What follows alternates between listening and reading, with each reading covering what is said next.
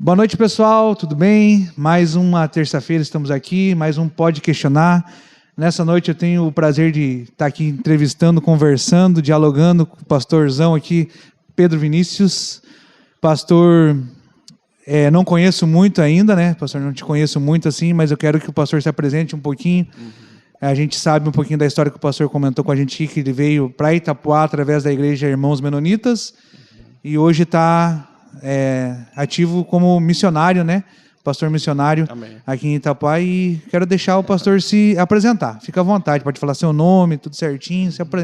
Mostra o currículo, como diz. Fica à vontade, pastor. Então, meu nome é Pedro Vinícius, tenho 37 anos, casado com a missionária Evinólia, e há cerca de 5 anos atrás nós recebemos um convite da Igreja Irmãos Menonitas para poder dar continuidade a um trabalho missionário aqui na cidade. Então, abrimos mão de bens, da nossa cultura, da nossa família, e estamos aqui na cidade pregando o Evangelho, anunciando que em Jesus Cristo há a salvação, a esperança, a perdão, a reconciliação de Deus para o ser humano. Amém. Glória a Deus. Pastor, eu sempre gosto de começar perguntando assim para a gente saber um pouquinho da história de vida, né? Cada um de nós sempre tem uma história. Tem gente que às vezes fala, a minha história foi mais difícil, outros falam, não, a tua foi mais fácil. E eu acho que não é sobre isso, qual é mais difícil, não, mas que é o fato que cada um tem a sua história, né? Sim. E quer queira, quer não, o nosso passado contribuiu para que a gente chegasse até aqui neste momento. Sim. Independente das escolhas em que fizemos, nos trouxe até aqui, né? Então, Sim. eu quero que o pastor conte para nós um pouquinho como que foi de infância, se o pastor já nasceu, cresceu no berço cristão, ou teve um encontro na adolescência com Jesus, primeiro impacto assim que teve, cara, Jesus, como é que foi essa chegada, ou já teve a graça de nascer nos caminhos, né? Que não que seja mais fácil, né? Mas é aquilo que eu falei da história, né? Quem vê de fora, quem nasce no berço cristão, a gente tem aquela ideia, é mais fácil, mas nem sempre. Né? Então, fica à vontade. Conta um pouco da história lá, da infância lá. Fica tranquilo. Então, eu não nasci em um lar cristão, né? Embora os meus pais tenham me passado ali os valores, né? Relacionados a caráter, a justiça. Sim. Mas eu fui criado, né? Eu e minha irmã, nós fomos criados sem nenhuma influência religiosa. O meu pai, ele vem de uma família espírita, né? Os meus avós eram espíritas, os meus tios eram espíritas, né? Inclusive a minha tia tinha um centro espírita em Salvador. Mas o meu pai, ele por perceber que aqueles que se envolviam nessa religião acabavam trazendo muito sofrimento para a sua vida, então ele acabou meio que ficando com o pé atrás, né? Se afastou do espiritismo. Minha mãe vem de uma tradição católica, né? Então essa é a herança cultural dos meus pais. Sim. Contudo, eles nos deixaram livres para poder escolher, né? Então nós fomos criados sem influência religiosa, né? Apesar de que minha mãe me ensinou a fazer a oração do Pai Nosso, né? Mas foi uma criação bem livre em relação à questão religiosa.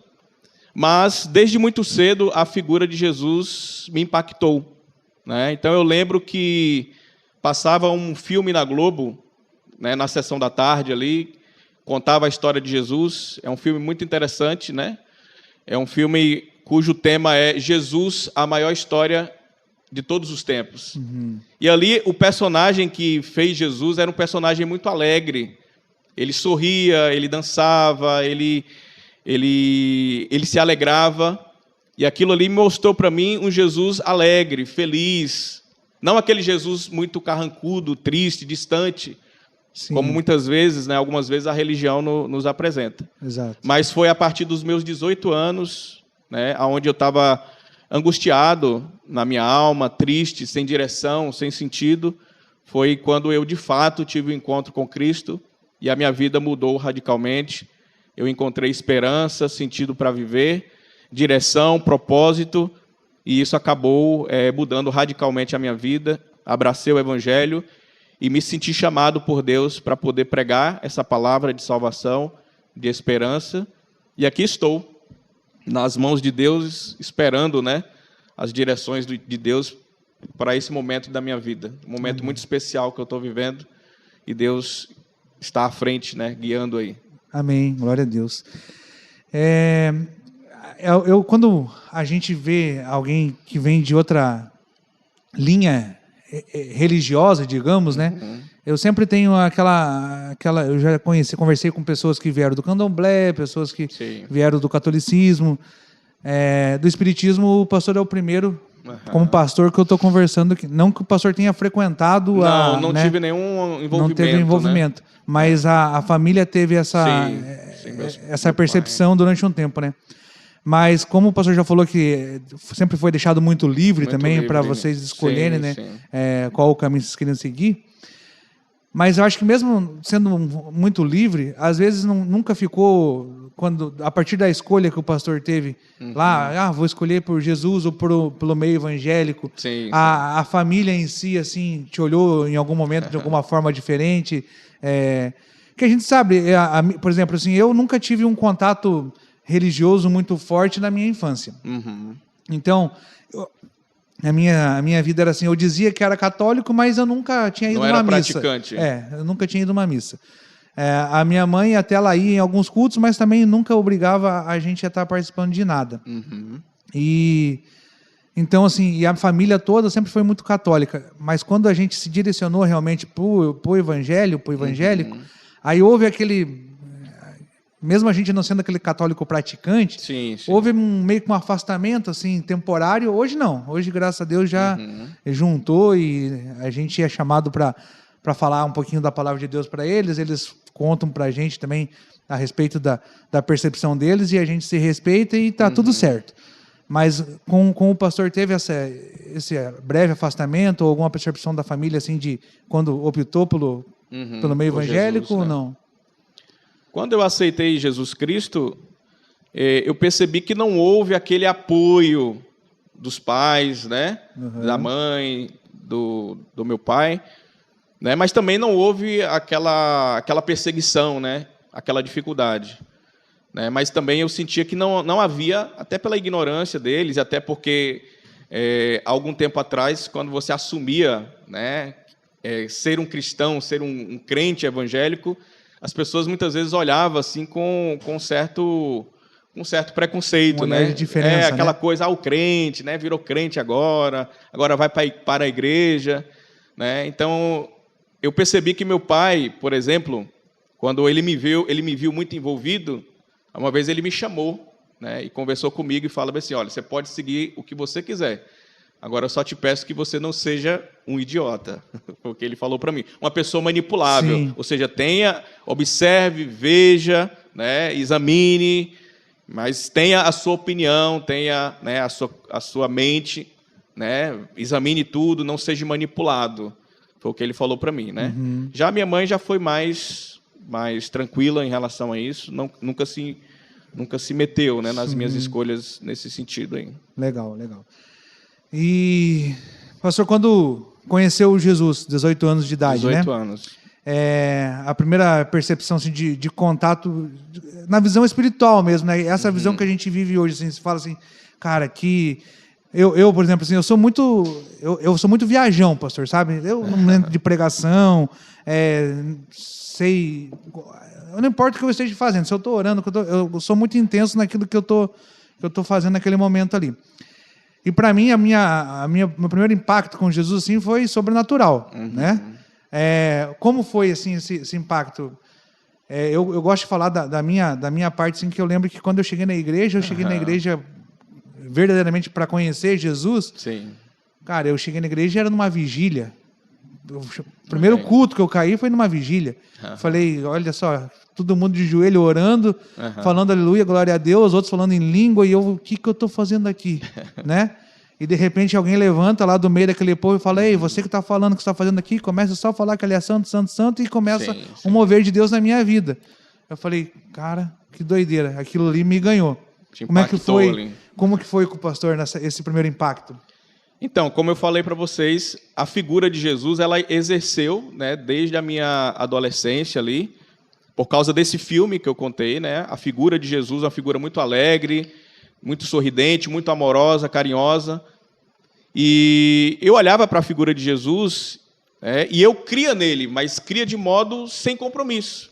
Até porque o evangelho nunca havia sido pregado para mim, né? O evangelho que fala da santidade, do arrependimento, né? Mas eu olhava para Jesus como uma figura amorosa, como, né, uma referência para mim. Mas foi quando eu tinha 18 anos que realmente eu entendi o evangelho, quando realmente eu fui impactado, né? Eu lembro que quando eu tinha 18 anos eu acabei entrando na primeira faculdade que eu fiz, né, na FASB, e ali eu tinha alguns colegas que eram evangélicos, cristãos, e um deles me chamou para poder fazer parte, né, de um culto na primeira igreja batista em Barreiras. E houve aquela resistência no início, mas como ele era meu amigo e eu não queria desapontá-lo, eu acabei indo. Sim. E ali, em um culto de domingo, no dia 28 de agosto de 2005, eu fui trazido a Cristo em lágrimas. Porque, como eu disse, havia um temor, havia um respeito por Deus, por Jesus. Eu tinha consciência da existência dele. Mas naquele dia, quando eu entrei naquela igreja, naquele exato dia, o ambiente estava diferente. Eu fui impactado no momento que eu entrei. E ali o pregador, de modo muito fervoroso, no poder do Espírito Santo, ele pregou uma mensagem que me confrontou. E aquela mensagem atingiu o meu coração, porque ele falava sobre a gratidão e sobre como nós éramos ingratos, sim, a Deus. Então ele falava mais ou menos assim: você é tão abençoado por Deus, mas você não é genuinamente grato a Ele. Ele te abençoa com todas as bênçãos, você tem saúde, você está respirando aqui, mas você não é grato. E ali Deus tocou no meu coração, eu entendi, né, que eu estava... eu vi o meu estado de pecado, né, que eu precisava realmente... que eu estava sempre perdido, eu estava sem direção, tinha um vazio existencial muito forte no meu coração, mas aquela mensagem me quebrou. E eu acabei caindo em lágrimas ali, né? Não que ele manipulou o ambiente nem nada, foi uma palavra de Deus, quando entra no coração mesmo. Comoveu. Convenceu. Né? Convenceu, falei, realmente eu sou ingrato, né? Deus é tão bom comigo, né? Jesus me ama e eu vivo uma vida longe dele, como se... né, aquela vida religiosa de fazer oração antes de dormir e tal, mas nada muito profundo. Então, sim, naquele momento, eu estava em lágrimas e eu fiz um propósito com Deus. Eu falei, Deus, eu não vou ser o primeiro a levantar a mão, porque o pregador fez o apelo. Mas se alguém levantar, eu vou levantar também. Eu vou junto. Aí teve um jovem lá que levantou a mão, ele foi o primeiro. Aí eu falei, é para mim. Então, levantei a mão, fui ali na frente, fiz a oração do pecador, entreguei a minha vida a Cristo, né? E a partir daquele dia ali, minha vida ganhou sentido, ganhou propósito, né? Ganhou uma direção nova. Né? E não me arrependo de forma nenhuma desse encontro poderoso que eu tive com Jesus. Amém, glória a Deus. A gente ouve assim muito, pastor, quando... testemunho de quando a pessoa ela vem para o evangelho e de repente já começa a crescer espiritualmente, e logo Deus chama para um ministério, Deus chama com um propósito de vida. Creio que foi assim com o pastor. E a gente sabe das lutas que a gente enfrenta todos os dias por conta do chamado que a gente recebe da parte do Senhor, né? Eu sofri muito a minha vida com relação assim, tempo de mocidade ali, juventude, assim, eu tive muito problema na minha vida com droga, prostituição, alcoolismo, totalmente uma vida assim desregrada mesmo. Sim. Mesmo conhecedor de um evangelho, não um evangelho que tinha tocado profundamente no meu coração ainda, mas conhecedor. Mas o irmão nasceu em um lar cristão. Não cristão. Tinha seu contato, mas não frequente, né? Enfim, acabei tomando esse caminho, me batizei muito jovem, eu tinha 12, 13 anos quando me batizei, e na primeira Santa Ceia que eu fui participar, eu já desviei e fiquei 10, 12 anos desviado longe de Jesus. E aí eu fui ter um encontro com Jesus novamente aqui em Itapuá, dentro de uma igreja do Evangelho Quadrangular, lá perto do Porto, com a pastora Inês. Pastor Inês. Então, foi um tempo muito, muito longo de distância que eu fiquei, onde eu tive uma vida totalmente perdida, né? gastando minha vida totalmente para Satanás naquele tempo. Sim. O pastor teve algum conflito assim de juventude, ou mesmo depois que se encontrou com Jesus, aceitando ele como Senhor e Salvador, que deu aquela tropicada e voltou em si, ou graças a Deus, a partir do momento que se foi confrontado pelo Evangelho, prumou, linhou e permaneceu? Eu tinha aquele preconceito que quase todas as pessoas têm em relação à vida cristã, né? Porque quem não conhece Jesus e o verdadeiro Evangelho acha que quando você se torna cristão, você não pode fazer nada. Sim. Né? Então, eu tinha aquela visão, né, de que não, a vida cristã é uma vida chata, é uma vida... Você não pode jogar bola, você não pode se divertir, você não pode jogar um videogame, Sim. você tem que andar de calça, não pode fazer isso, não fazer aquilo. Então, muitas vezes, as pessoas do mundo têm uma visão de que a vida cristã é uma vida chata, é uma vida monótona. Sim. E eu tinha aquela visão. Mas eu me converti a Cristo. Só que quando a emoção passou, né, eu fiz a minha decisão, a minha escolha, mas depois, quando a emoção passou, eu falei, e agora? E agora? Aí eu cheguei para um amigo meu e falei, cara, e agora? Eu sou cristão, eu sou crente, o que é que eu posso fazer? Então, eu tive essa visão, né, de que não pode. Mas aí o Evangelho foi sendo apresentado a mim e eu fui vendo que muitas das coisas, muitos dos preconceitos que as pessoas têm é por falta de conhecimento. Sim. Porque a palavra diz que para a liberdade Cristo nos libertou, né? Ele nos libertou, ele nos dá uma nova vida. É claro que há mandamentos, que há princípios de vida da parte de Deus, né? Então eu abracei o Evangelho, mas não foi fácil no início, porque eu meio que acabei me afastando de algumas companhias, de alguns lugares que eu ia. E o meu primeiro ano foi um ano de muita solidão. E ali, em um determinado momento, eu cheguei para Deus e falei, por que o Senhor me chamou?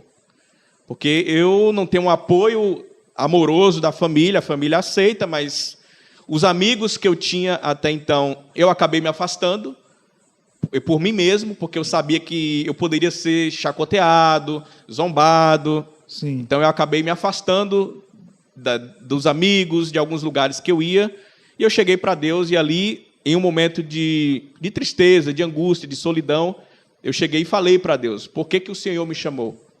Cadê a vida abundante que o Senhor disse, que o Senhor nos promete? Né? Mas, por incrível que pareça, eu não consegui deixar Jesus. Né?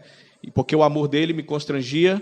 E é claro que durante a caminhada cristã a gente tem fraquezas, a gente tem questionamentos, a gente tem dúvidas, mas nunca cheguei a me afastar. Se afastar, né? Dizer, não, vou ficar um tempo fora, vou voltar para o mundo, vou fazer algumas coisas. Não. Né? Houve momentos de queda, de tristeza, né? Mas nunca cheguei a me afastar totalmente. Né? Uhum. Amém, glória a Deus. E como que foi a questão como que veio o pastoreio? Faz quanto tempo que o pastor foi ungido, consagrado a pastor? Se foi através da própria igreja Irmãos Menonitas ou teve alguma outra denominação? Eu gosto dessa história assim, de livro aberto, assim, porque isso mostra que a gente tira um pouco daquele protocolo do ser humano que a pessoa pensa assim, que nem eu falo, eu fui batizado, minha vida, né, pastor? Eu fui batizado pela Igreja Universal. A primeira igreja que eu entrei, evangélica, foi uma igreja universal. E lá eu me batizei. Não permaneci. Participei de uma ceia, quando eu falei, e já tomei outro caminho. Aí depois eu tornei para Jesus na igreja evangélica quadrangular. E aí passei pela quadrangular, 9 anos e pouco na quadrangular. Aí fui para a igreja Batista Renovada. Aí participei de uma igreja pentecostal junto com o pastor Rafael e a pastora Márcia. Ali, num período curto, que tive com eles, mas assim, um longo tempo de amizade que a gente tem com eles. E aí Deus veio direcionando a gente para um ministério. Eu não estava entendendo o que Deus estava fazendo. Sim. Porque era algo que eu não queria para a minha vida. Não queria ser pastor. Não, e Deus foi me trazendo. Olha aí. Hoje amo realmente falar assim, aceitei assim e compreendi, falo, cara, eu estou entendendo que eu preciso disso aqui para eu ser completo. Se eu não estiver aqui, talvez eu não seja, não que o ministério me complete, mas a responsabilidade do ministério me faz ter mais interesse, me Sim, faz sim. querer mais de Deus, É que ter é um um compromisso compromisso, maior exato. com Deus, entendeu? Então, eu fui levado, conduzido mesmo por Deus, porque a minha vontade de me escolher não era. Eu queria ficar sempre sentadinho ali, ouvindo, ajudando nos bastidores, mas nunca quis estar à frente de um trabalho. Mas Deus assim direcionou e estamos aí. E o pastor, como é que foi essa história de pastoreio, caminhada cristã? Começou na Batista, né? Sim. É a primeira igreja batista? Primeira igreja batista em Barreiras, Em Barreiros. O pastor é baiano, né? baiano. Baiano de origem, conterrâneo do Caidizinho aí. É de Salvador mesmo, né? Nasci em Salvador e fui criado em Barreiras. Nasci de Salvador. Bahia. Então já não está sozinho aqui em Itapuá, viu, Cadinho? E como é que se deu tudo isso, pastor? Ah, beleza. Teve aquele ano de solidão, Sim, Deus sim, confirmou, primeiro ano, chamou. E aí? Deus já mostrou para o senhor que era, vem cá que eu vou te fazer de você um pastor? Ou foi... Ou teve que ser lutado o Processo, né? negócio? Então foi um processo, né? O meu chamado ao ministério foi um processo. Eu tive uma conversão muito radical, né? Como eu falei, eu vim a Cristo em prantos, em lágrimas, reconhecendo, né, a minha carência e precisava daquele encontro para trazer sentido para a minha vida. Então eu acabei caindo de cabeça, né? Levei a sério a questão da leitura bíblica, né? Comecei a orar, comecei a buscar a presença de Deus, mas, como eu falei, foi um processo, não foi algo de imediato. Então eu me converti numa igreja que até então era bem tradicional, né? Mas acabou tendo um problema, uma divisão na igreja, né? Porque o meu pastor ele era mais avivado, mais carismático, e a igreja lá tinha algumas limitações, né? Era Sim. bem mais tradicional. Então ele acabou saindo da igreja, eu o acompanhei, só que o ministério dele acabou não prosperando, né? Então eu acabei, e nessa época eu já pregava a palavra, já pregava o evangelho, né? Mas foi um pouquinho mais à frente que eu entendi que Deus estava realmente me chamando, né, para o ministério. A princípio eu comecei fazendo evangelismo em povoados, né? Fiquei trabalhando em povoados, pregando o evangelho, mas depois eu fui para um outro ministério, que ali eu fui consagrado a pastor, né? Fiquei um tempo ali, e depois eu fui para a igreja Irmãos Menonitas, né? Até que eu recebi o convite para poder vir a Itapuá desenvolver um trabalho missionário aqui na cidade. Antes de Itapuá, o pastor estava onde? Estava em Barreiras. Em Barreiras? Barreiras, Veio de lá direto para cá. Sim. Rapaz, oi, viu? Tem louco para tudo, né, Cadinho? Recebi o desafio, né? Aquilo ali já estava aquecendo o meu coração, né? Eu sonhava, eu precisava de um renovo na fé, no ministério, e entendi aquele desafio, Deus me levando a águas mais profundas, né, para cumprir promessas que Deus tinha feito para mim lá atrás, né, de que Ele iria me usar na pregação, no estudo da palavra, né? Então eu vim para cá e estou aí. Eu vi um pouquinho de rede social do pastor, confesso que fiquei stalkeando lá, como fala, né? Mas tem que stalkear. Aí eu vi que uma das qualidades ali, ou das habilidades que o pastor tem ali, eu vi como teólogo, né, pastor. Sim. E futuro historiador. E isso me chamou muita atenção. Falei, futuro historiador é bom, porque o cara, quando gosta da história, ele ajuda, né? Ajuda muito, compreender, né? até o contexto histórico da Bíblia, né? Porque, lógico, eu não sei se o pastor concorda, né? Mas assim, a visão que eu tenho, assim, lógico que a palavra de Deus é muito sobre a revelação para nós, né? Mas mesmo dentro da revelação, a gente precisa entender o contexto histórico do que está acontecendo naquele momento, para aquele determinado povo, para aquela ocasião. E talvez por isso, durante muito tempo no meio evangélico, houve um monte de restrições que falavam que isso era pecado, aquilo era pecado, um monte de coisa era pecado. Conhecimento, né? Exatamente, por conta que nós estávamos trazendo coisas de um tempo, de uma cultura para a nossa cultura, que é, às vezes, diferente. Sim, sim. E aí entra naquela velha frase que eu sempre falo, e acho que o pastor até vai concordar comigo em algum ponto, que o próprio Jesus Cristo, ele quebrou inúmeros protocolos, Sim, mas sim. sem quebrar princípios. Tem princípios. Ele quebrou Então, costumes judaicos, exatamente. né? Mas o princípio eterno, ele cumpriu. Permaneceu. Sim. Então, e o fato da gente ter o conhecimento da história, um pouco, eu não sou um historiador, estou longe disso, mas eu sou curioso, Aham. então eu gosto de pesquisar muito, por que isso, por que aquilo, por que o judeu fazia isso naquele tempo, para a gente começar a entender o contexto e falar assim, isso aqui não tem como aplicar numa cultura da América do Sul, numa Sim. cultura brasileira ou aqui em Itapuá, Aham. porque é totalmente diferente. Além de ser tempos diferentes, é uma Sim, cultura sim. totalmente diferente, né? Então, isso traz uma base para a gente muito Sim, bacana, para a gente não cometer Equívocos, né? equívocos de colocar restrições sobre a igreja, digamos, Sim, sim. que não são bíblicas, para que a gente não esteja cometendo, acrescentar aquilo que Deus não está falando para a gente. Então, eu gosto muito de trabalhar em cima da verdade bíblica mesmo. A Bíblia fala isso, isso e isso. Temas que sempre, em qualquer conversa de crente, digamos, sempre estoura. Qual que é a tua opinião sobre bebida? Cara, a minha opinião sobre bebida, Sim. eu, Leandro, particularmente, eu não bebo. Né? Até por conta do histórico, tudo. Sim. Mas eu acredito que a partir do momento que eu fui separado para Cristo, para que eu vou usufruir de alguma coisa que a gente sabe que hoje destrói inúmeras famílias. Mas, e a Bíblia fala o quê? Realmente a Bíblia ela não fala que você não pode. Porque todo mundo vai falar, mas Jesus tomava vinho. Aham. E realmente Jesus tomava vinho. Sim. Não era o mesmo vinho, mas era um vinho que era fermentado. Sim. Mesma coisa, a gente vê que o próprio Noé ficou embriagado, travado. Então, assim, era um vinho que causava embriaguez. Então, é polêmico, Sim. mas diante de um contexto histórico, a gente começa a entender algumas coisas que hoje não faz mais sentido a gente fazer o uso de bebida alcoólica, na minha opinião, por conta que o contexto que a gente vive hoje é totalmente diferente do contexto daquela época.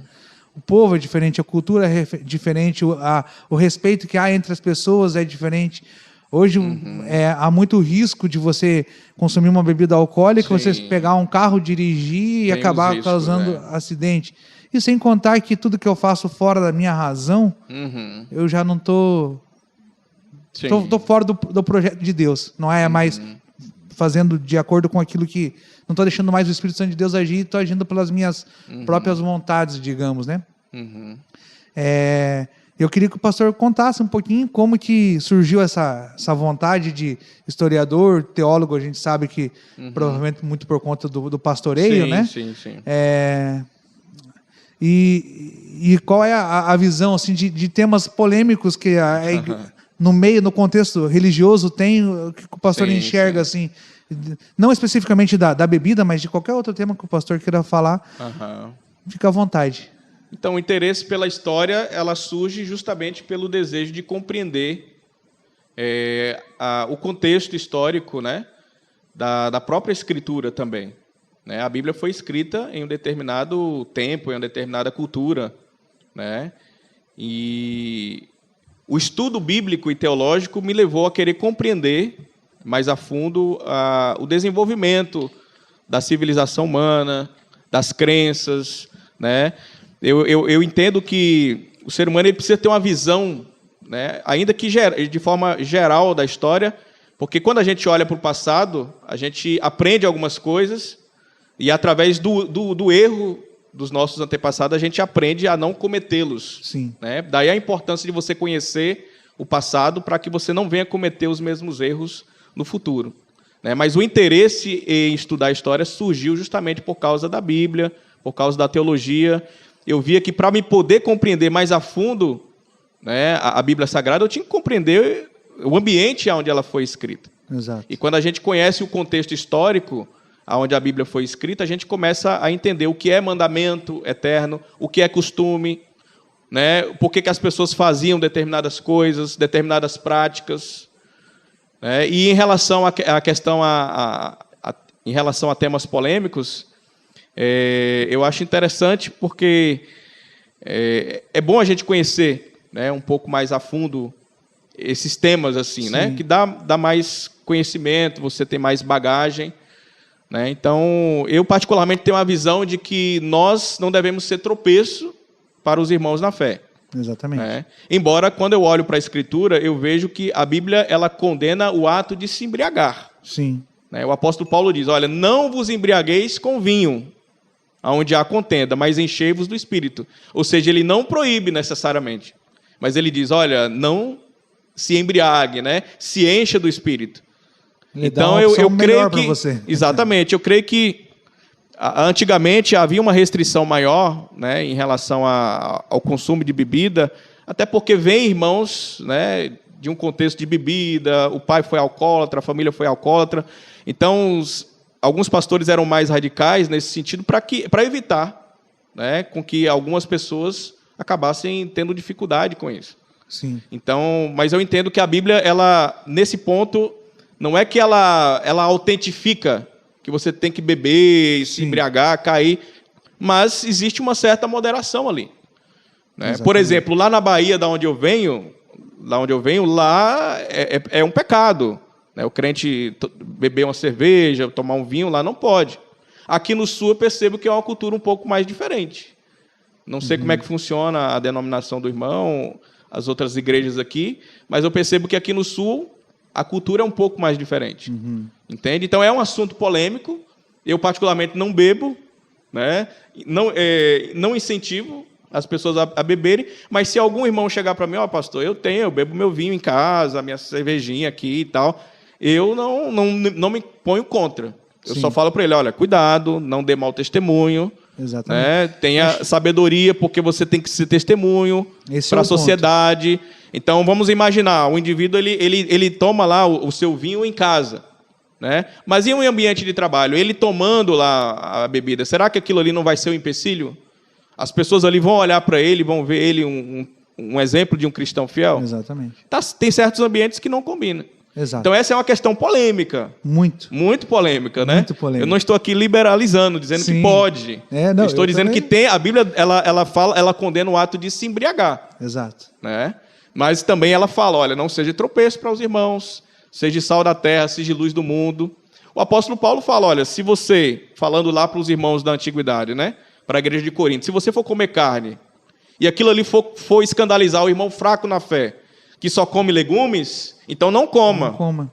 Porque você vai acabar prejudicando ele. Então, essas questões mais polêmicas têm que ser vistas por esse ângulo. E isso é exatamente o ponto que eu penso, sabe, pastor? Biblicamente, não há uma proibição. Uma restrição, né? Não há, sim. Há um conselho para a gente que, assim, não se embriague, mas se encha do Espírito. Pronto. Exatamente. Então, ao invés de se embriagar, cara, vai para o Espírito, que é muito melhor do que você tomar vinho. Amém. E eu sempre comparo isso, assim, até é meio louco o jeito que eu falo, assim, porque a gente fala aqui na nossa congregação, que fala, vamos chapar com Jesus, vamos ficar doidão com muito Jesus. Melhor. E realmente porque eu já vivi do outro lado e sei... Eu também já passei por outro lado. A expectativa que você tem de por que você toma um vinho, por que você usa uma droga, é porque você quer sair... É uma forma de escape, é uma fuga, né? É uma fuga. E se você quer fugir para algum lugar, foge para o Espírito Santo, Jesus, cara. Foge para Jesus, coisa. É o melhor lugar que você tem. Então, hoje, sempre quando eu pergunto, Leandro, o que você me fala? Eu falo, cara, a Bíblia fala para não se embriagar, mas você quer um conselho meu? Exatamente. Fica longe. Não vai acrescentar nada de bom para nós. Mas há estudos aí científicos que falam que você tomar um cálicezinho de vinho, há estudos que falam que se você tomar o suco de uva vai ter o mesmo ou até mais efeito do que o próprio vinho. Então, eu acho que às vezes a gente usa algumas desculpas que a Bíblia nos dá, não um respaldo, mas não nos dá uma proibição para a gente tentar viver à margem de um evangelho. Sim, sim. Minha opinião, tá, pastor? Eu sou crente, eu creio em Jesus, mas eu estou andando aqui próximo da linha, né, da divisa, na sacada, a ponto de cair a qualquer momento, porque um vacilo, a gente cai. Porque existe uma linha muito tênue entre liberdade e libertinagem. Exatamente. A Bíblia fala da liberdade cristã, só que muitos aproveitam da liberdade para entrar na libertinagem. Libertinagem. É por isso que esse é um assunto polêmico. Exatamente. Porque muitos podem pegar isso como uma brecha e falar, então pode. Então pode. Só que ele não tem equilíbrio, ele não tem maturidade e ele vai cair na gandaia. Exatamente. Então é E perigoso. se tratando ainda da vida de liderança, principalmente do pastoreio, eu creio que a gente é muito visto. Sim. Não que a gente não que a gente queira, A gente mas é observa. natural. As pessoas que nos olham. Num papel de liderança a gente vai ser visto e a gente vai ter, em algum momento, alguém vai olhar para a gente como exemplo. Exatamente. Então eu sempre gosto de falar daquela frase de Paulo assim, sede meus imitadores como eu sou de Cristo, porque Paulo bateu no peito e falou aí, olha para mim, faz do jeito que eu estou fazendo, que eu estou imitando Era uma referência. Jesus Cristo. Sim. E nós? Será que a gente pode fazer isso? Exato, e nós? Então assim, é uma grande responsabilidade, né? Do contexto nosso aqui da nossa igreja, a gente trabalha muito com pessoa ex-dependente químico, ex-dependente alcoólico, então assim, a gente não que a gente proíba, tá? Mas a gente não abençoa para isso, não. Sim. E às vezes as pessoas olham para a gente de fora e falam assim, são meio loucos, são meio doidos, e tá liberado. E acha que é uma coisa... Não, da nossa parte que a gente é bem claro com relação a isso. Mas aquilo que o pastor falou, tá chegando alguém congregar com a gente, eu bebo, eu fumo, cara. A vida é sua, eu não fui chamado para te julgar. Eu sou chamado para te auxiliar, para estar caminhando com você, e quem vai fazer a boa obra em você é o próprio Espírito Santo de Deus. Embora a gente possa dar um conselho, a gente dá o conselho. Olha, cara, isso aqui não faz bem. Como você bem falou, se encha do Espírito, né? Se encha da palavra. Que é muito melhor. Infinitamente mais. Então, é algo que o próprio rótulo do produto já fala para a gente que não faz bem, né? Exatamente. Então, eu vi alguém falando certa vez assim, você vai fazer uma cirurgia, né? E o médico vai tomar um copo de vinho antes de fazer a cirurgia. Você vai deixar o médico fazer a cirurgia? Não. Exatamente. Você vai vai entrar num táxi, o cara acabou de tomar um copo de vinho ou uma latinha de cerveja, você vai andar tranquilo dentro daquele táxi? Não. Por quê? Porque você sabe que aquilo ali sim. tem um certo risco. Então, e a Bíblia fala para mim, fuja da aparência do mal. E se isso vai me trazer uma aparência se isso vai escandalizar, de insegurança, fuja, sai de perto. Exatamente. Mas temas polêmicos a gente guarda para outra hora, né, pastor? E como é que se deu, então, pastor, essa questão de Jesus Cristo na sua vida, Espírito Santo?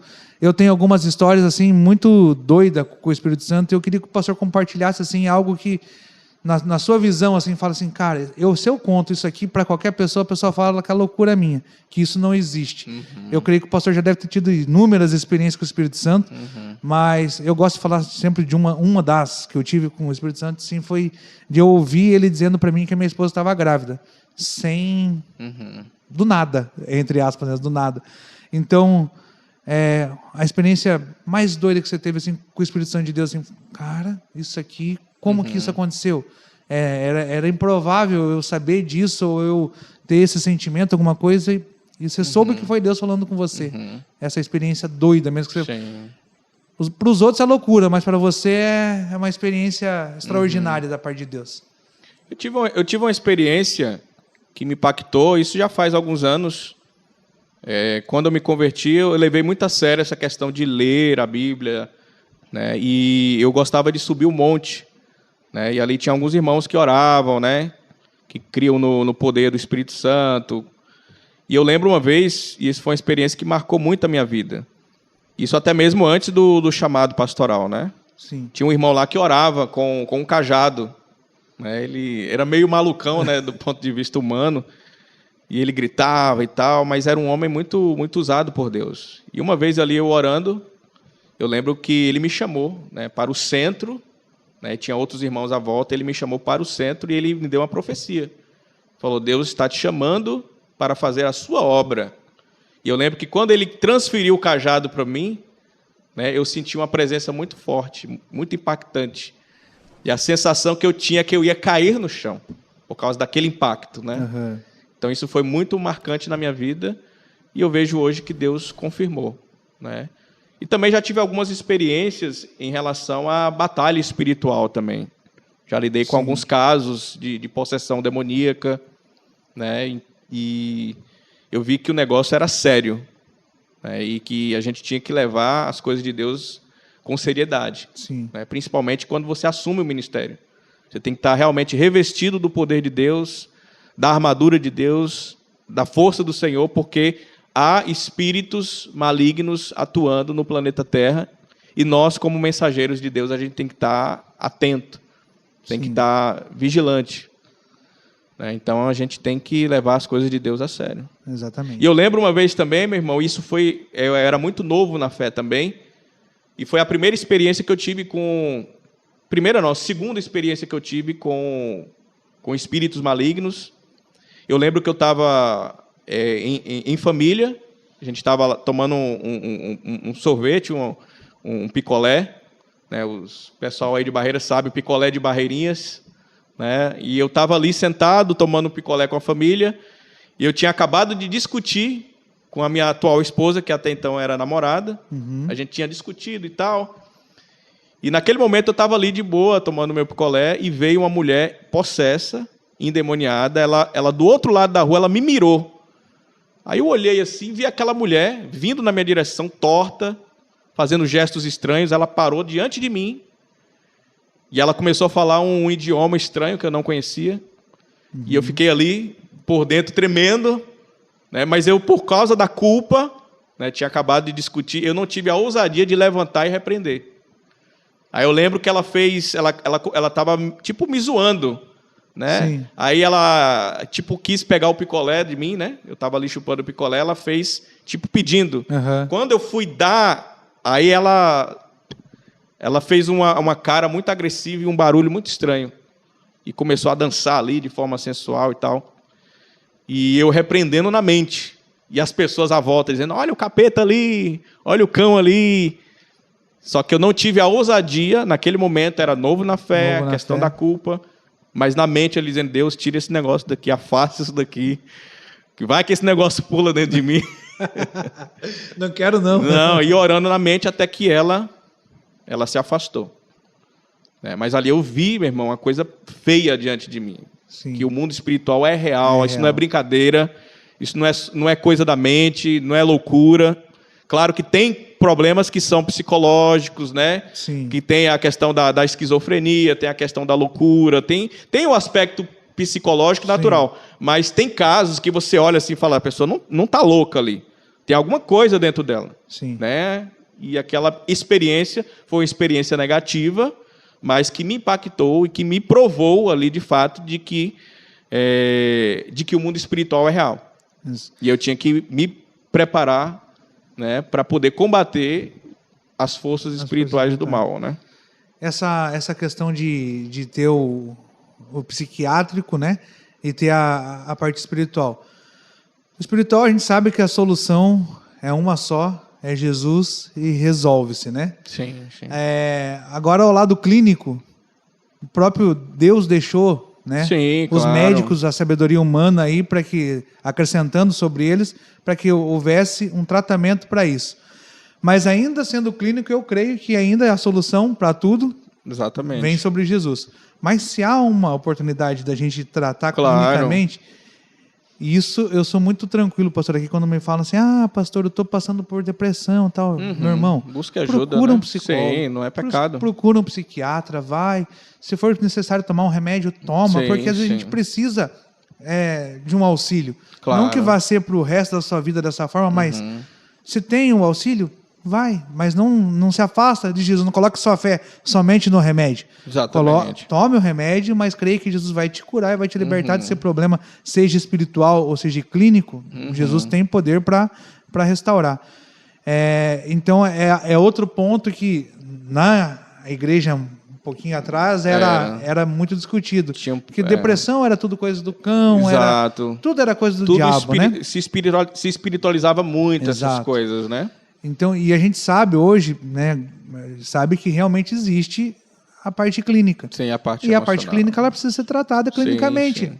Lógico que eu não estou falando que Jesus não cura, Deus não cura. Deus cura o que Ele quiser. Deus ressuscita morto. Então, se Ele quiser curar a uma pessoa de algum problema psiquiátrico, de uma depressão, com certeza Ele vai curar. Sim. E a gente tem que ter fé para isso. Exatamente. Então, mas Deus deixou o médico? Usa. Então, meu irmão, se você está passando uma dificuldade aí, Sim. pode procurar uma ajuda, um auxílio certeza. médico, é bênção. É bênção, mas não esquece que Jesus ele é médico dos médicos. Exatamente. Então pode continuar firme com ele. E, Amém, é isso aí. pastor, ficou quanto tempo, pastor, ficou agora à frente da igreja Irmãos Menonitas aqui em Itapuá? Eu vim para cá em março de 2019. Né? Nós viemos para cá. O primeiro ano foi um pouco complicado por causa da questão cultural, longe da família. Né? Não é fácil você sair da sua terra, da sua parentela, do seu conforto e ir para uma terra distante. E nós estamos aqui no litoral de Santa Catarina, Sim. em Itapuá, que é uma cidade ainda que está em desenvolvimento. Hoje, graças a Deus, a cidade está crescendo muito, Sim. né? Tem muita oportunidade chegando aí. Mas há 5 anos atrás, aqui era um deserto. Era barril. Era barril. Lembrei do barril. E eu viu? me senti um pouco solitário aqui, né? Sim. Mas Deus me tratou. Deus me tratou aqui. Porque eu dizia para mim mesmo que no dia que eu saísse da minha cidade, eu não iria sentir falta. Né? Eu não iria sentir falta da família, não iria sentir falta da cultura, porque eu não era uma pessoa muito apegada. Sim. Embora eu ame meus pais, ame meus amigos, mas não havia aquela dependência. Sim. Então eu pensava assim, olha, no dia que eu sair daqui, eu não vou sentir muita... Vai ser tranquilo. Não, vai ser tranquilo. E não foi. Entende? Então o primeiro ano foi difícil, aí vieram depois aqueles 2 anos ferrenhos, né, de pandemia, onde infelizmente muitas pessoas acabaram falecendo.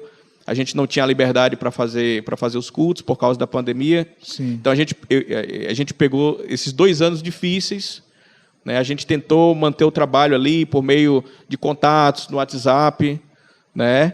E fazendo contatos. Infelizmente, a gente teve irmãos que faleceram, né? Outros, por conta da pandemia, acabaram voltando para suas cidades, né? Sim. E hoje, assim, Deus tem me levado a um novo tempo, a um novo ciclo. Né? Hoje eu não faço mais parte, né? Não estou mais à frente da igreja Irmãos Menonitas, aqui em Itapuá. Né? Aconteceu algumas coisas ali em relação ao ministério, em relação à própria instituição, e por conta disso eu e minha esposa, a gente, né, saímos da instituição, mas estamos ativos na obra de Deus, pregando o Evangelho, Sim. fazendo contato com pessoas, fazendo cultos domésticos. Recebemos já propostas, né, de outros ministérios para sermos pastores auxiliares, mas estamos buscando em Deus a direção do que fazer. Né? Queremos estar no centro da vontade de Deus. Amém. O pastor faz parte do Compai também, né? Do Compai, sim. Qual que é a função lá mesmo? Do pastor? Eu sou conselheiro, um dos né? conselheiros ali, né? Uhum. A gente participou de alguns cultos ali do Compai, fez o contato que eu tive com o pastor, mesmo sem conversar, foi ali de vista, né? Naquele momento ali.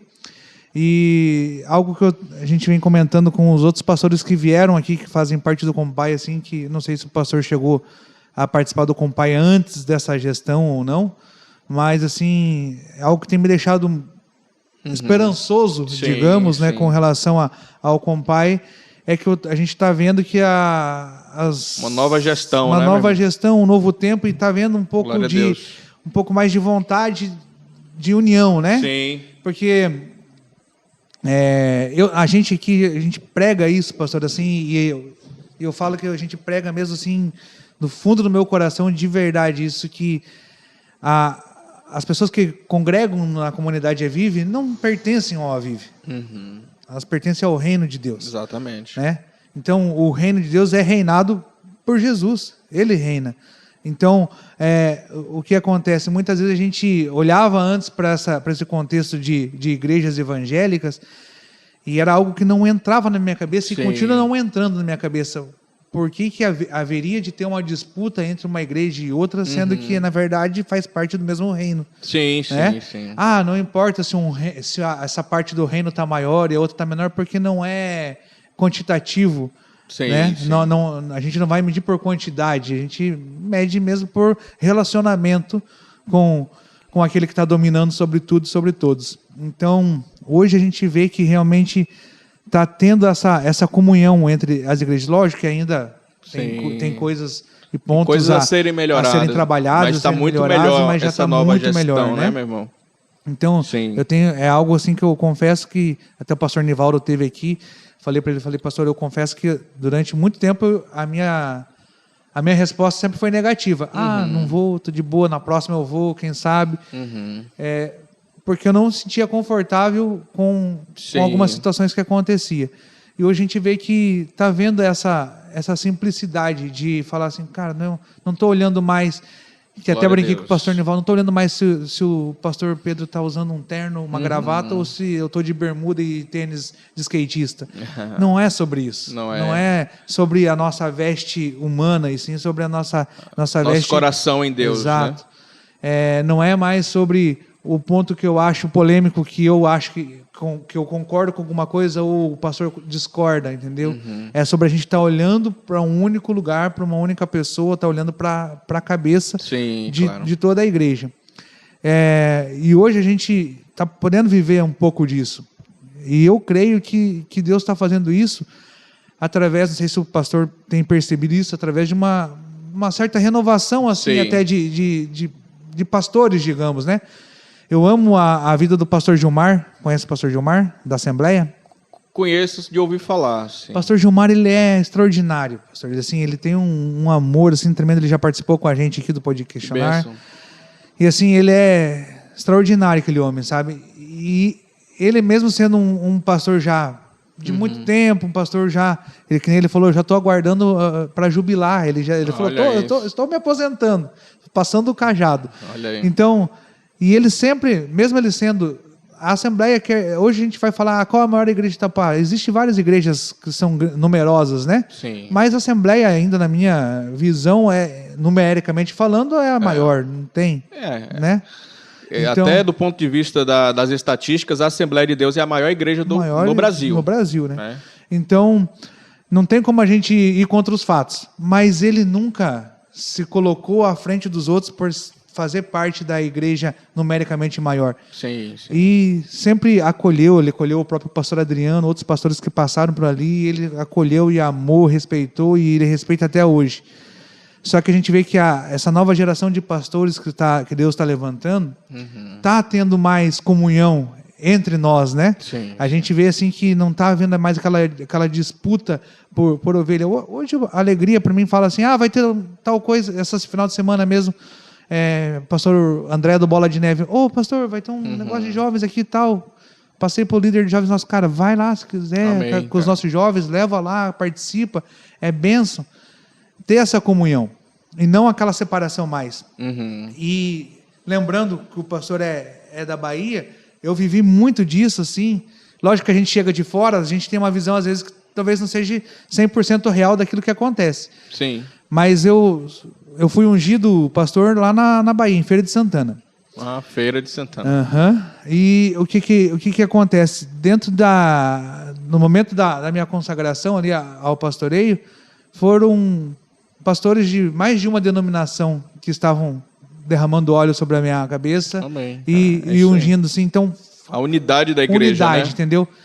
Porque eu vivi muito isso lá. Tipo, era Batista, lá tem a Batista Central, a Batista, Primeira Igreja Batista, tem Shalom Adonai, tem várias igrejas lá. Tem uma outra que eu esqueci perto do Beto lá, esqueci o nome dela. Mas tem várias igrejas que tá tendo um evento lá, todo mundo cola lá e está junto, e prega, e canta, e dança. É algo que me deixa muito envolvido com a cultura baiana, essa alegria que o baiano tem é alegre, sabe? Estou cultuando. Tem até um meme na internet que você está na igreja baiana, você começa normal, de repente você vê que você está soltão lá, porque é cultural do baiano se movimentar, né, dançar. Então, eu acho isso extraordinário. E, lógico, o pessoal do Sul ele é um pouquinho mais alemão, né? É um pouquinho mais frio, assim, de movimentação, digamos, né? Não que espiritualmente seja frio, mas de movimentação. Até a cultura, né? A própria cultura alemã também é mais restrita. Não é muito do abraço, são mais reservados, né? Então, a gente tem visto isso, que está havendo uma renovação, né? E eu olho isso com bons olhos, né? desde que a gente busque sempre essa renovação de visão aqui, sem quebra de princípios, né?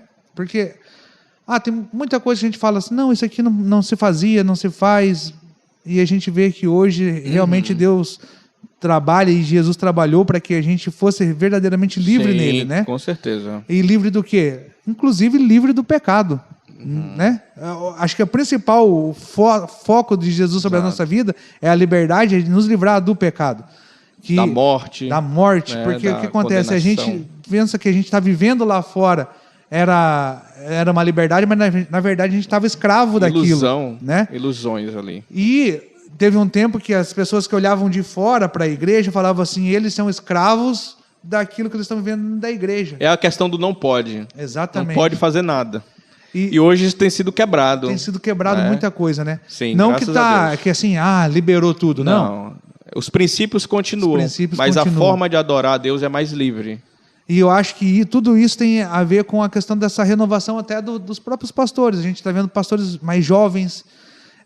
Até comentei esses dias com o Cadim mesmo e algumas outras pessoas ali, que não só no meio evangélico. O padre da nossa cidade, que é o Padre Rodrigo. Não conheço. Não conhece. Então, assim, eu tive o prazer de conhecer ele, pessoa extraordinária. Vai participar com a gente aqui, inclusive. E o que acontece? A própria Igreja Católica, antigamente, ela trabalhava com padres mais senhores, né? Sim. Mais... É que tem uma ala, né? Tem uma ala que é a renovação carismática, que trabalha mais com essa questão. E hoje a gente vê que está ganhando força. Sim. Por quê? Porque o mundo, o jovem está saindo muito rápido, né? E a gente trazendo jovens, porque é isso que acontece. Um jovem vai trazer outro jovem. O jovem é a força da igreja. É a força da igreja. Exato, não que o mais maduro não vá trazer jovens, mas aonde tem um jovem vai com certeza trazer uma aglomeração de jovens, entendeu? E o mais maduro é o suporte espiritual desse jovem, é a referência. Então, eu até brinquei esses dias com o pessoal que esteve aqui participando do podcast, assim, a gente está vivendo um tempo em que a gente está vivendo coisas novas, mas a gente não pode jamais se esquecer das coisas mais antigas, daqueles que abriram o caminho para a gente, né? Honrar os nossos antepassados espirituais. Muita coisa que era restrito, mas, cara, eles abriram um caminho para a gente ali que... Sim. Tremendo que eles fizeram. Houve alguns equívocos? Houve, mas a gente também comete equívocos até hoje. Né? Mesmo que a gente busque historicamente, ou por revelação, ou por conhecimento, a gente comete alguns equívocos ainda. Então, eu acho que Deus está fazendo isso na vida da igreja, trazendo realmente Ele como cabeça e falando assim, vamos acabar com esse negócio e vamos falar, jovem, seja jovem, maduro, seja maduro, mas não quebre os princípios. Você gosta de dançar, você gosta de andar de skate, gosta de jogar videogame, faça para Jesus. Faça, mas faça com Jesus. Exatamente. Convida Ele para estar na tua mesa em todo o tempo. Então a gente tem vivido sobre isso, né? E eu não sei, a linha hoje que o pastor está trabalhando é uma linha de culto familiar, residencial, célula, e é muito né? gostoso isso. E é muito bom, porque a gente entra dentro de uma casa, você está trabalhando com famílias. Família. E a gente vê famílias quebradas, destruídas. E é bom quando a gente vê a pessoa abrindo o coração para você. Sim. Isso muitas vezes não acontece num culto público, mas em um ambiente familiar, regado de oração, adoração, leitura da palavra, as pessoas são mais livres para poder compartilhar as suas vidas, os seus dilemas, os seus problemas. Aí você ouve, você aconselha. E o que as pessoas querem hoje é um abraço, né? As pessoas estão carentes hoje, estão tristes, estão quebradas. Então, quando elas encontram alguém que as escute de forma... Uma escuta de qualidade, elas rasgam o coração. Sim. Elas se abrem diante de você e ali você entra com a palavra de Deus, com os princípios, você ora e você vê Deus fazendo a obra dele na vida delas. Amém. Glória a Deus. Pastor, foi assim, um tempo bem bacana que a gente teve de comunhão aqui, sabe? Eu quero que o pastor exponha um pouquinho dos projetos que o pastor tem aí agora, 2024. Deus está direcionando para algo novo, né? Algo novo. E a gente sabe que os planos dele sempre é o que vão prevalecer na nossa vida, né? Aham. Mas a gente, como ser humano e como homem de Deus também, sacerdote, a gente também fala assim, preciso programar alguma coisa. Sim. O que o pastor tem em mente aí para 2024? Permanecer em Itapuá, em nome de Jesus. Deus me trouxe para firmar tendas aqui. Amém. Né? Então, Estou na expectativa aí porque a cidade está crescendo, né? Vem um novo tempo. Então, estamos aí na expectativa de colher almas para Cristo, né? colher para Cristo. E esse ano Deus tem me mostrado a necessidade de investir nas mídias sociais. Sim. Né? Então eu quero ir para as mídias sociais, né? Eu quero investir no Instagram, quero gravar vídeos, quero fazer lives, né? Porque hoje em dia, se a gente não usar os meios de comunicação, a gente não alcança as pessoas. Sim. As pessoas estão nas redes sociais. Então esse é um dos projetos que eu tenho ministeriais, de poder profissionalizar o meu Instagram. Eu estou em parceria com alguns irmãos aqui na cidade que estão me ajudando, vão estar ali me ajudando com os stories, com gravação de vídeos, com fotos, com imagens. E Deus tem me levado a focar nos grupos familiares. Sim. Né? Foque nas pessoas, ouça as pessoas, né? Ore com elas, aconselhe. E preciso de uma direção específica de Deus, né? Porque, embora eu esteja trabalhando dessa maneira hoje, outras propostas estão surgindo, mas eu quero que a vontade de Deus prevaleça sobre a minha vida. Amém. E muito feliz também porque a esposa está grávida, né? O nosso primeiro filho está vindo aí em fevereiro. Então, daí você já vê que é um novo ciclo, né? Que está se iniciando em minha vida. E estou muito feliz. Menino? Menino. Já sabe o nome? João Gabriel. João Gabriel. Está vindo aí. Está vindo. Para dar uma renovada. Porque filho é bênção, né, cara? É benção. É flecha. É flecha do Senhor. Flecha. E vem para trazer bênção, alegria, renovo, né, e esperança, né? E mais sentido. Exato. Para a gente viver. Porque um filho traz eu tenho que estar aqui, né? Aí que você tem que se esforçar mais para você deixar um legado Exato. de fé, de esperança na vida dele. Amém. Manda um abraço para a esposa, então, que está grávida lá, só aguardando esse momento. Olha, que Deus te abençoe, te guarde e que o nosso filho seja uma bênção em nome de Jesus. Amém. Pastor, foi um prazer. Prazer todo meu grande querido. Poder te receber aqui. Amém. Espero que o pastor possa voltar em breve para a gente conversar até mesmo sobre temas polêmicos.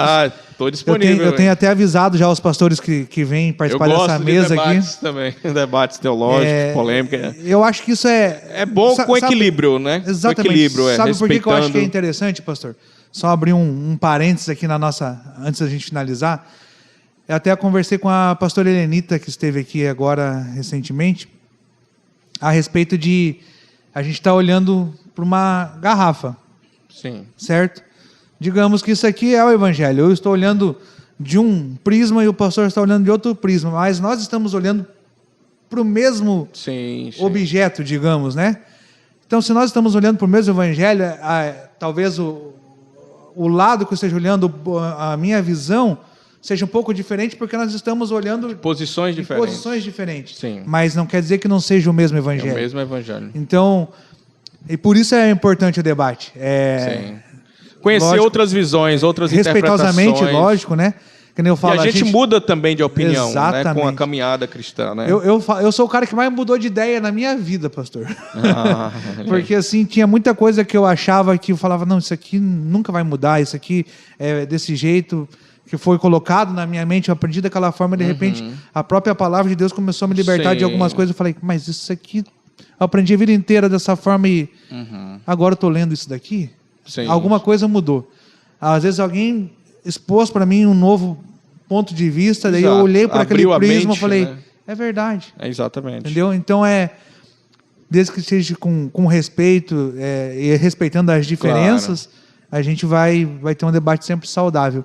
Então, e todos crescemos juntos, né? Exatamente. Então eu não sou o suficiente que saiba tudo, que eu não preciso ouvir a sua opinião, e creio que o senhor também não seja suficiente que saiba tudo, que eu não preciso ouvir a minha, ou de outro pastor, ou de outra pessoa, ou do padre. Sim.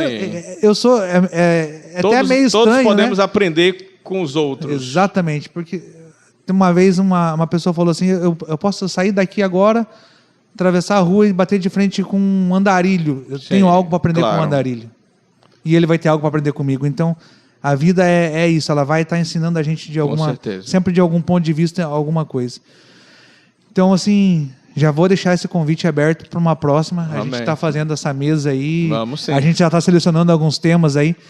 Acho que mais uns 8, 9 episódios aí a gente meio que finaliza com os pastores que toparam de participar. Me chame pro. Tem alguns que ainda estão pensando se vem ou se não vem, né? Mas assim, aqueles que quiserem vir, vão vir e vão ser bem recebidos em nome de Jesus.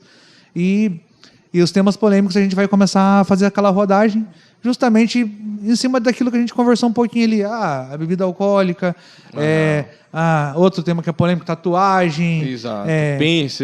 Piercing, ritmos musicais, casamento, não casamento, segundo casamento, tudo isso daí. Questão escatologia, Santa Ceia, batismo. Muita polêmica. Muita polêmica, né? Falar em línguas, não falar em línguas, batismo do Espírito Santo, batismo de fogo, o que tem tudo isso. Então vai ter vários temas aí que a gente vai estar trabalhando e que são temas polêmicos, mas que a gente sabe que se a gente conversar, a gente vai olhar e falar assim, é o evangelho. E não tem como fugir desses temas, porque você vai ler a Bíblia e você vai se deparar com eles estão lá. Exatamente. Não tem como fugir Fim dos tempos, tribulação, pós-tribulação, um monte de coisa. Então, vai ter muito papo a gente ter. Vai ser benção, então. Então, vou deixar já aberto esse convite para o pastor e vai ser uma benção poder te receber aí.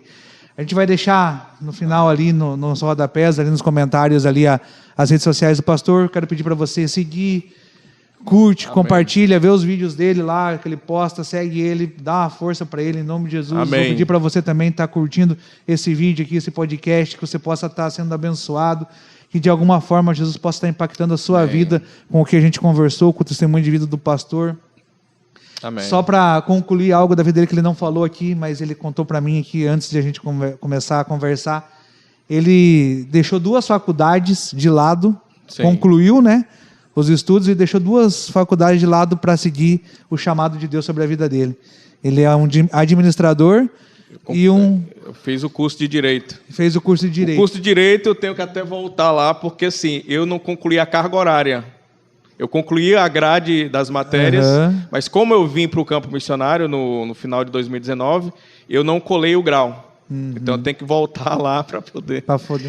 Mas então, o coração arde pelo Evangelho. Pelo Evangelho, né? Amém. Então são decisões que a gente faz, assim, escolhas que a gente faz que Deus vai honrar. Tenho certeza que Deus vai honrar a sua vida, pastor, diante de tudo isso que o senhor tem feito, diante do seu posicionamento. E louvo a Deus que Deus esteja trazendo da Bahia, do Ceará, não importa de onde está vindo, trazendo pessoas voltadas ao reino, aqui para Itapuá, que essa cidade ela precisa muito de mais de Deus. Com certeza. Está caminhando para uma melhora, mas quanto mais de Deus tiver, nunca é demais. Sempre a gente vai precisar de mais. Então isso é maravilhoso.